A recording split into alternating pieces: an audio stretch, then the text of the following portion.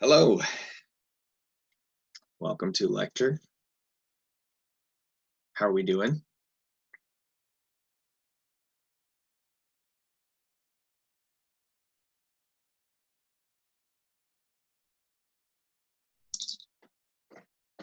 Okay, Good, how are you?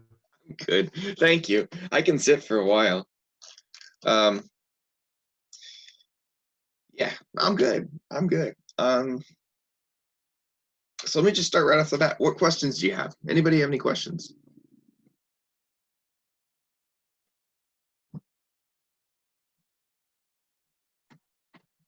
When will we know what we got on that exam? Whenever I have graded it.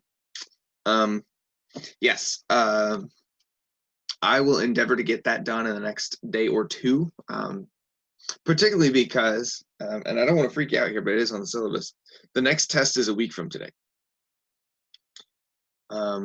I will say what I've seen so far, you guys have done pretty well on this test. So good. And again, I will try to get that graded in the next couple days. The practice test for the next exam will be up no later than tomorrow. I think I looked at what I had and I changed out one of the problems. So it's taking me, I have to get my printer to scan correctly, which is fun. But I will post that and I'll have that available probably from this Friday to next Wednesday, I think is what I planned. Officially, by the syllabus, that is scheduled for a week from today, like I said. So next Monday, we won't have a lecture. All right, so it doesn't mean you have to take the test at that time. If we were meeting in person, that's when we would have taken the test. But I will have extended office hours during that time. If you're interested in taking the test, then it also offers you that extra like hour that you would have been in lecture with me to do what you want to do. You can study extra or you can take the test then. Questions about that?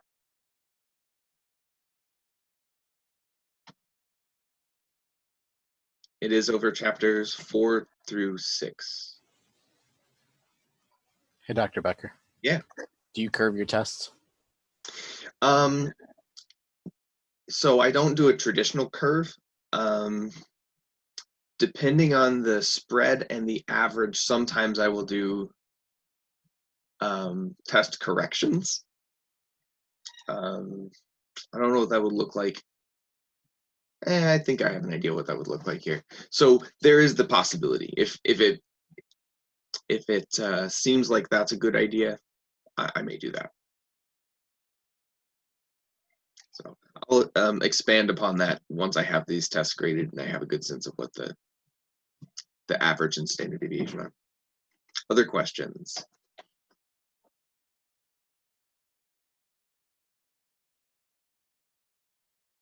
Cool. Okay, so let's finish chapter 5. All right. So we've been talking about work and energy, and the last 3 videos I posted were conservation of energy, Hooke's law, and an introduction to power. So let me share the appropriate screen.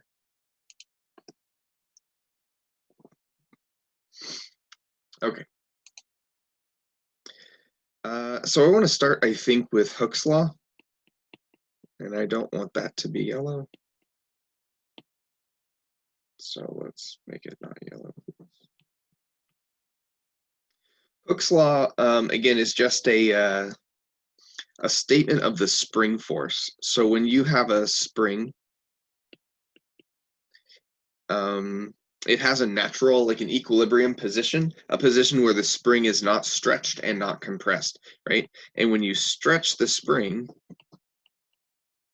so when you displace this from equilibrium by some distance, the spring pulls back, and it pulls back harder when you pull further, right? In fact, it's a linear restoring force.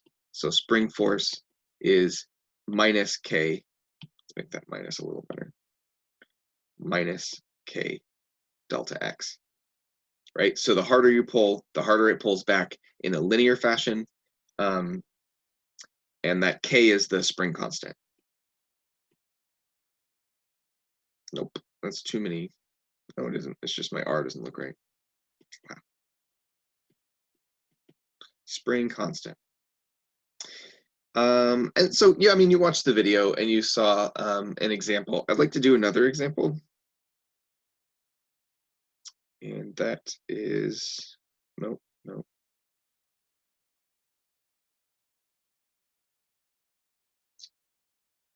It's not that one. Here, example number 8.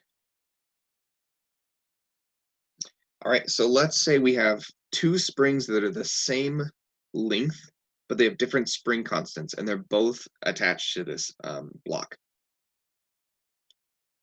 Right, so if we compress this system by 1 centimeter, so I'm gonna push the block in delta x of 1 centimeter. The question is, what's the net force that this system pushes back with? All right, so I could say when you push it this way, what's the net force of these two pushing back? And this is actually pretty straightforward. The net force is just going to be the sum of these two spring forces. So I could say Fs1 plus Fs2. And those will be to the left, but I'm just going to look for a magnitude here. So I'm going to ignore the minus sign. And again, that's just because I'm looking for the magnitude. So I don't care about direction. I know it's going to be to the left the way I've drawn this. So I could plug in and just say K1 delta x plus K2 delta x.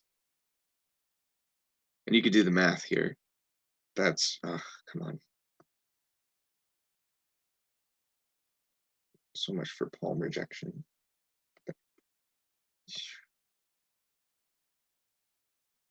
I can't see that. 12 newtons per centimeter, which is not an SI unit, but the delta x is in centimeters. So it kind of works out. Plus 5.4 newtons per centimeter times another centimeter. And I get 12 newtons plus 5.4 newtons, which is 17.4 newtons. Okay, that seems pretty straightforward. Here's what I want to point out on this problem, which is why I'm working it. You could have, at this point, said, well, I could factor the delta x out because in this setup, the delta x is the same, right? So I could have at this point said K1 plus K2 times delta x. Sometimes we define this combination. Let's use green. No, purple. Sometimes we define that as an effective spring constant.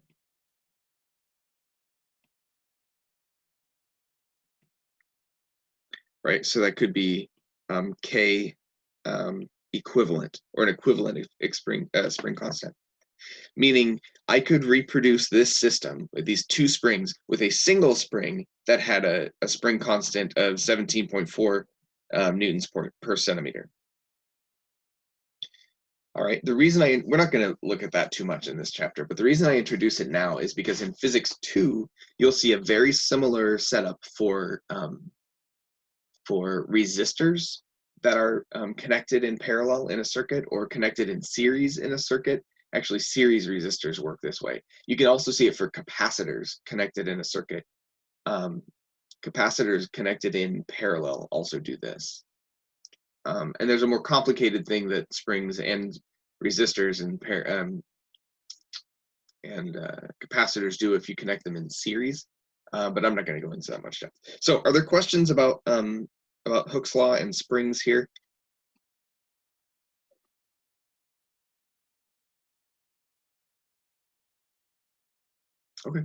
Seeing none, I will move forward. So the other big concept that I introduced was the law of conservation of energy. Do I actually want to go back? Maybe I'll just go back to my Scratch for that. So this is the actual Scratch pad that I wrote this on. The law of conservation of energy is absolutely a law. Energy is not created, it's not destroyed, it's just converted from type to type.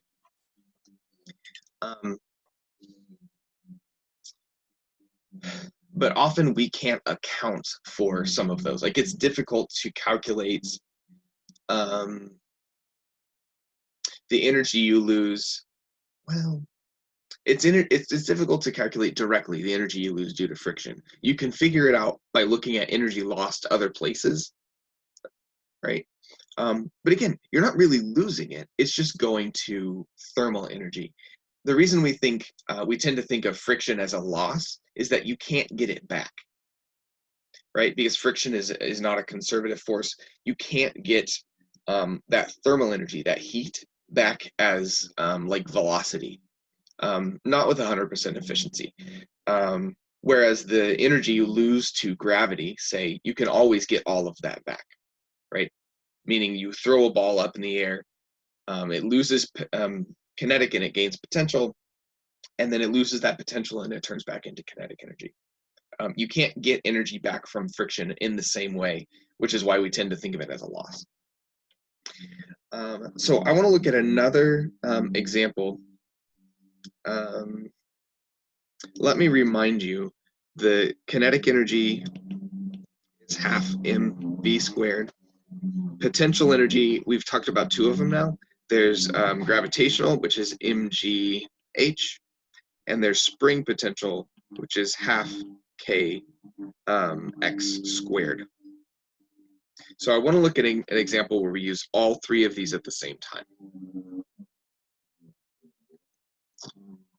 So let me pause and ask, are there any questions?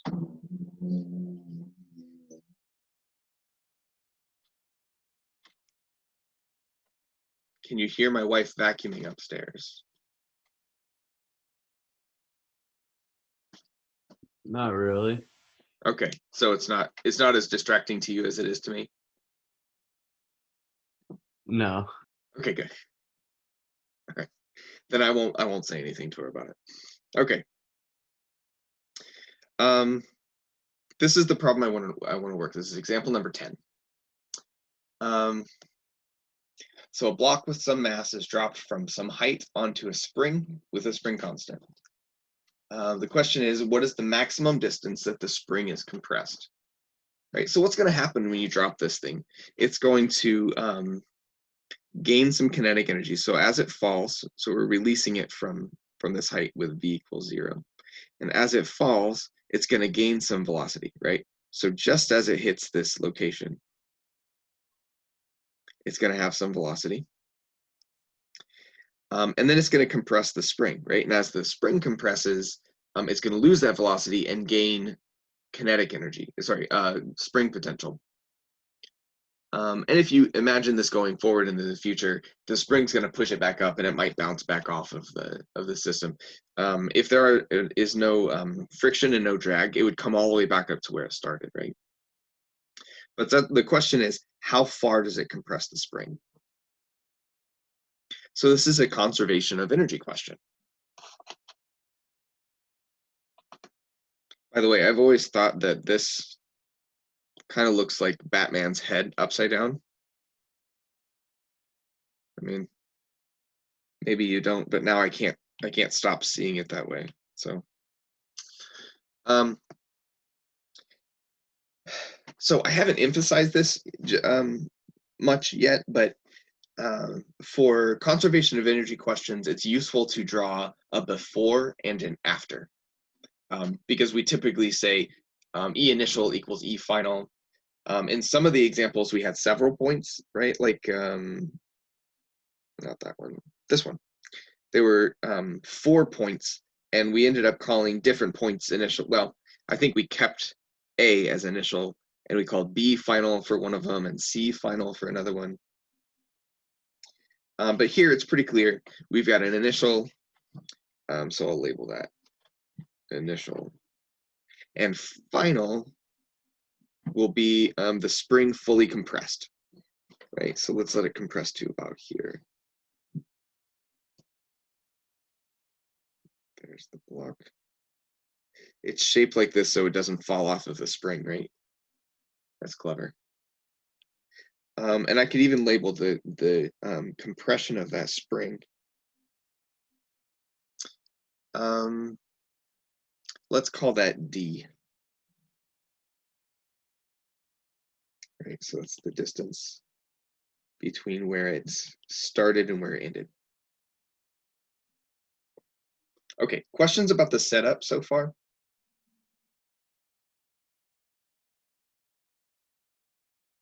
This is final. No. Black.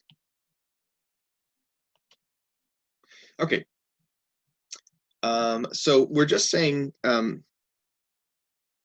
E initial equals E final. And the question is the maximum distance the spring is compressed. So that's find D on our diagram. Okay, so what do I know? I could gather them here. I know the mass of the block is 2 kilograms. I know the height of the block above the spring is 40 centimeters. I'm going to rewrite that in meters. And I know the spring constant for that spring is 1960 newtons per meter. Okay. And we're going to say E initial equals E final.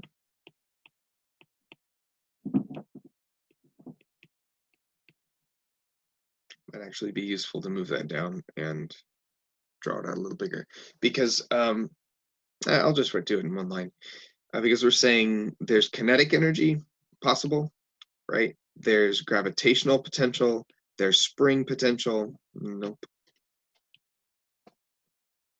And those are all initial. And then I could consider those all final as well.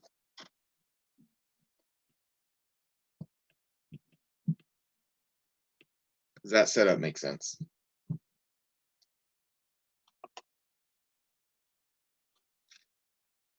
Check the chat, make sure nobody's chatting.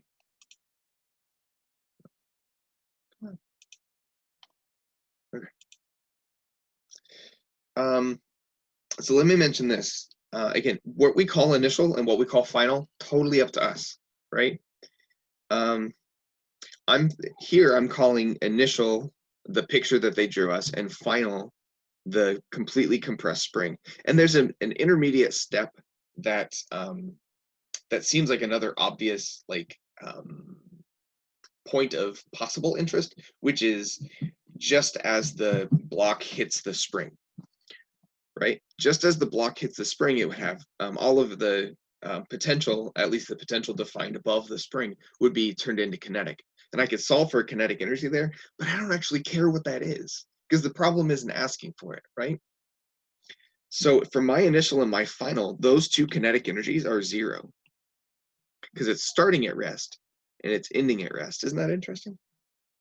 Isn't that useful? What about the spring potential? What is the initial spring potential? Anybody?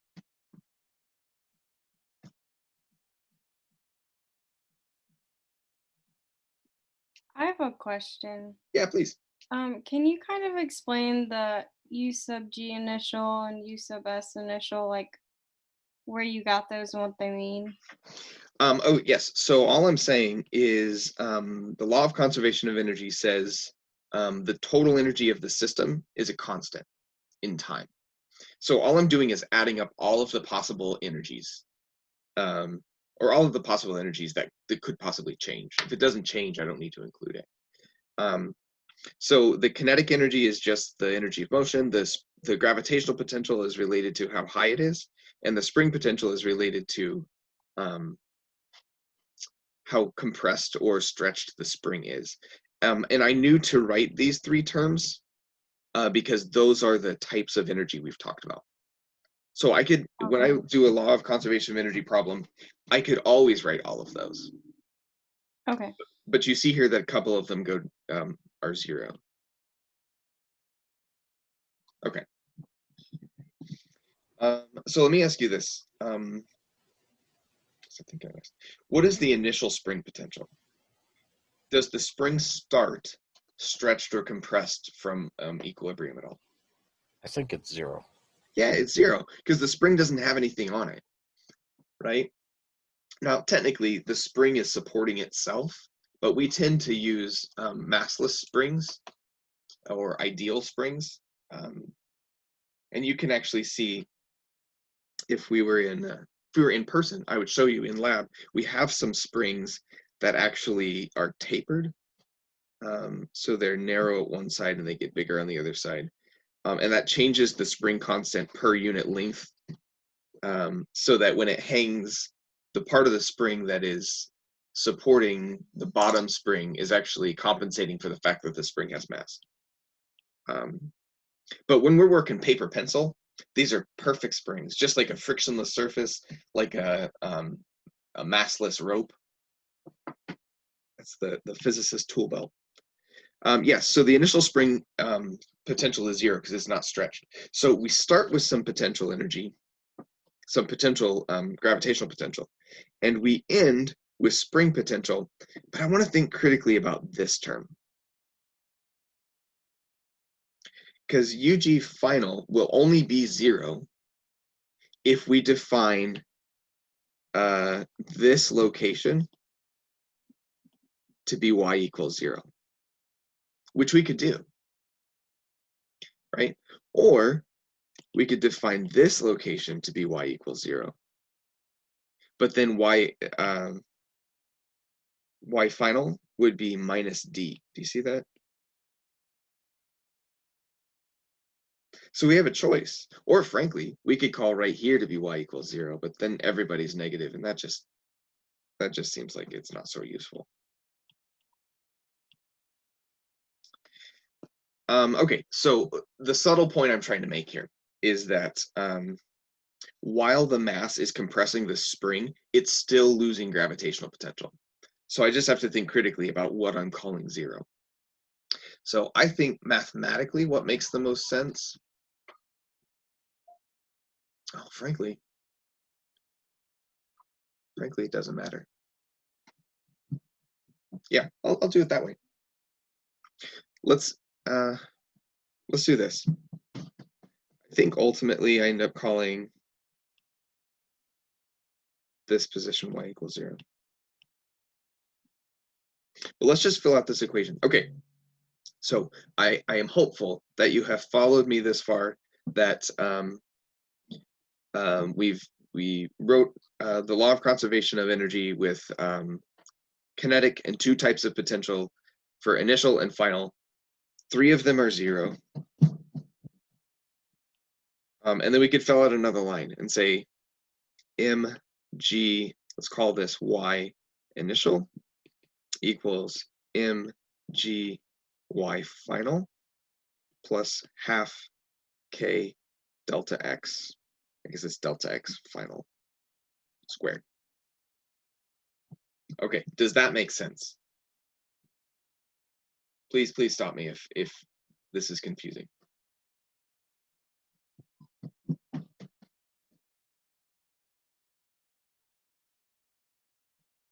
So let's identify, like, what are these variables? I know the mass, g is obvious, k was given to me, but y initial and y final, so here, let me do this. If I subtract this to the other side, I can say this: 0 equals mg y final minus mg y initial, which I can write as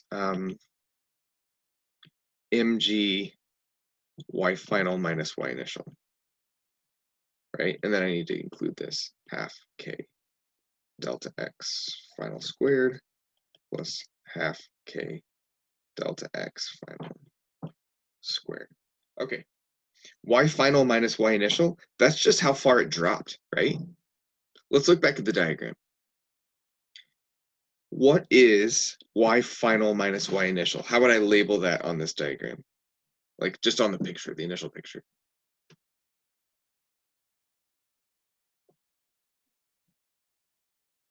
I could also call it delta y. Where should I put the delta y arrow?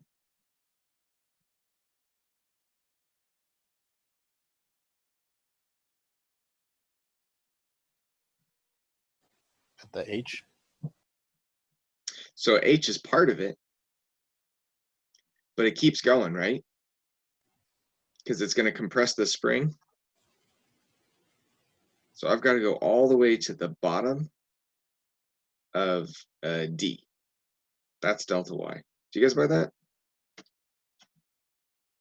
Because if I only did H, it's not compressing the spring yet. So y final minus y initial is actually this entire length. You guys buy that?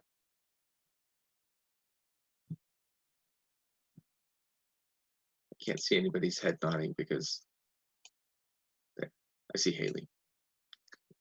Okay. Good. Okay. I will assume by your silence that you are following along swimmingly. Okay. So then mg y final minus y initial. So what is that length? Well, it's h plus d. But we have to be careful because it's actually negative, right? Because it's h plus d in length, but we're going down. So I need to put a negative d right here. Do you guys buy that? Okay. Half k delta x. Now look, delta x is also d, right? Because that's how far the spring is compressed. So I can put a d squared here. I guess it already equals. Okay. And that's the end of the physics. Right now it's a math question. Right? So we're solving for d. I know k, I know m, I know g. And it looks like one answer for d is 0, but that's the trivial answer. Man, feels like I'm missing something. Oh no, I am. I screwed up. Anybody see where I screwed up? I won't promise you bonus points, but When you get D, don't you need to subtract the initial 40 to get Yep. the length it compresses? yeah. I said delta y is h plus d, and then I went down here and I just put d. What was I thinking? Must be hearing my children upstairs crying. So minus y minus d, or y plus d, and I need a negative sign because it's actually negative. Yeah, not y, h.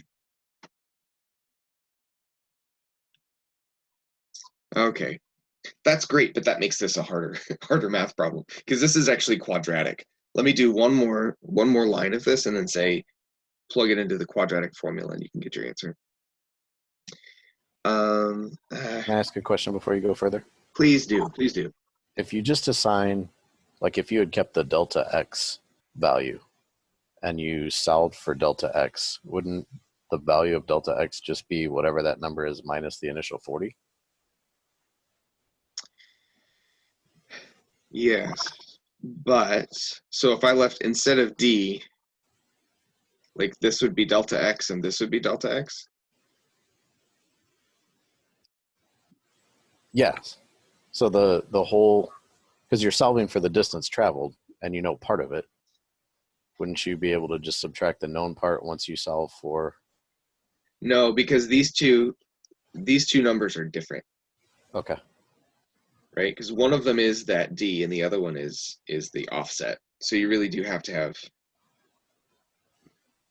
like, yeah. If I had left it the way I had it before, with just d here, right? Is that what you're saying? Yeah. No, it would be wrong because this d is some number. We're going to solve for it. But really, the number in here is not d. right? So I would be solving a different problem. Come on. It's irritating. There. Right? And in fact, it should have been negative. Right? Because D is just this much. And what I need for delta, for the change in gravitational potential is this much. Okay, so I apologize for screwing that up. So it should have been minus H minus D. So let's do 2 lines and then we'll call it a math problem. So 0 equals minus mgh minus mgd plus half k d squared. Right, that's just distributing the mg over here. And I can just plug in numbers here, but I want you to, well, let's plug in numbers and then we'll call it. So mg, let's see, m is 2 kilograms, so minus 2 kilograms times 9.8 times h is 40 centimeters, so that's 0.4 meters, minus 2 kilograms times 9.8 times d plus half times 1960 newtons per meter times d squared. So that's a quadratic equation, right? I'm impinging on the next problem, but I could write it this way. That's c plus bx plus ax squared. You see that? Where a is 1960 over 2, b is whatever you get when you multiply 2 by 9.8, and c is whatever you get when you multiply 2 by 9.8 by 0.4. So at this point, let me bring up my solution since I ran myself out of space. Come on, we can do it.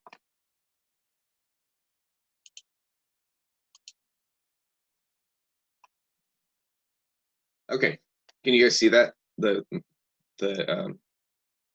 solutions? Okay. So you can plug this into the quadratic formula and you get 2 answers. Both of those answers are correct mathematically, but one of them is incorrect physically. And that's this guy right here, the negative one. Doesn't make any sense. So what I get for D is about 10 centimeters, which is what I answered here. Okay. So the quadratic part of this is a touch. I wouldn't ask you like a quadratic formula question on a test, but the setup before that is also just a touch harder than something I would ask on a test. It's this h plus d bit. But up to here, the E initial equals E final, and k plus u equals k plus u plus u. That's something I hope you will get comfortable with. And actually, I'll suggest another setup here in a second. But let me ask, what are your questions about this problem?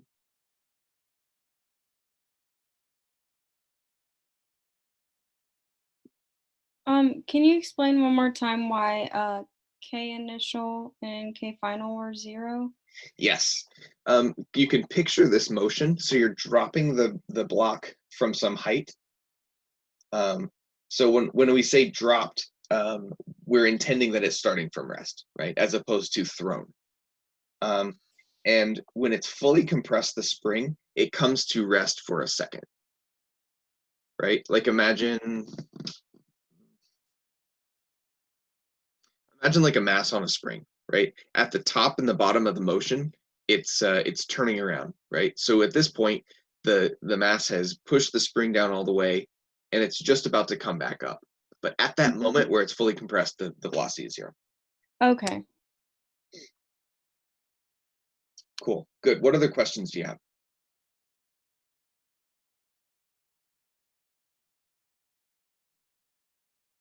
Okay. So let me sketch, because I've got Power is another thing I've talked about, but I think I said enough about it in the video. I think I want to mention one other thing about this example. And I want to do it on scratch paper. So over to Scratch.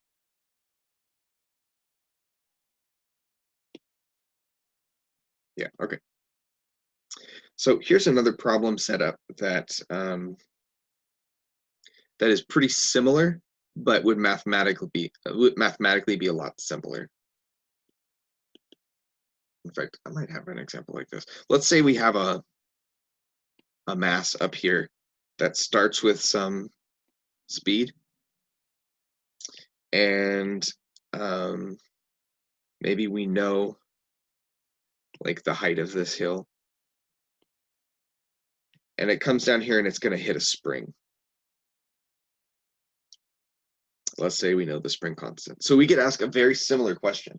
We could say, if I know the mass and the initial velocity and the height of this hill, how far is this spring compressed, right? So what's the maximum compression of the spring?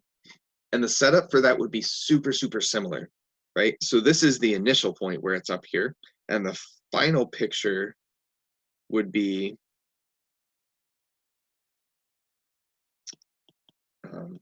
down here, but the spring would be compressed.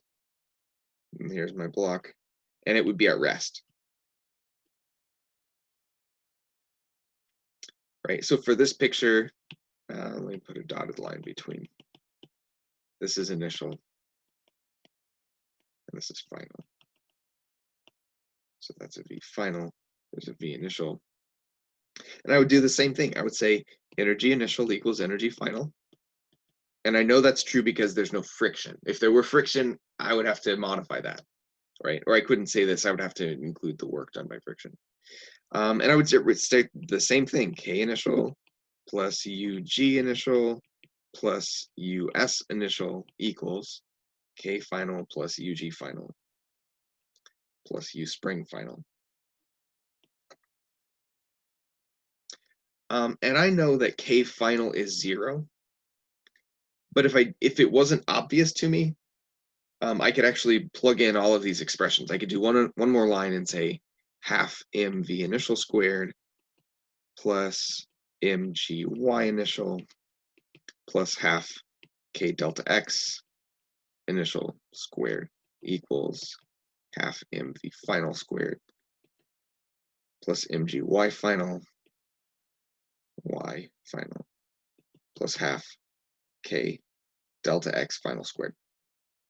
And now I could start zeroing out variables that I know are 0. I know v final is 0, so that whole term goes away. V initial is not 0, so that doesn't go away. But initially, the spring is not compressed at all, so delta x initial is 0. So when I'm zeroing out things up here, that's because I know in the next step they're going to go away. But if you're not comfortable with that, fill in this entire line and then start zeroing stuff out. There's one other point I want to make about this, and then we'll call it good. I have a choice of where y equals 0 is, but often we choose like the lowest point in the problem. You don't have to, but that means y initial is equal to h. In this problem, that makes this useful. The other option is I could use the top of the hill, call that y equals 0, and then y final would be minus h. But with that definition, now I can say y final is 0. So that made 3 of the 6 terms 0. Okay, and it's pretty much the same procedure for any conservation of energy question. So let me ask one more time. What questions do you have?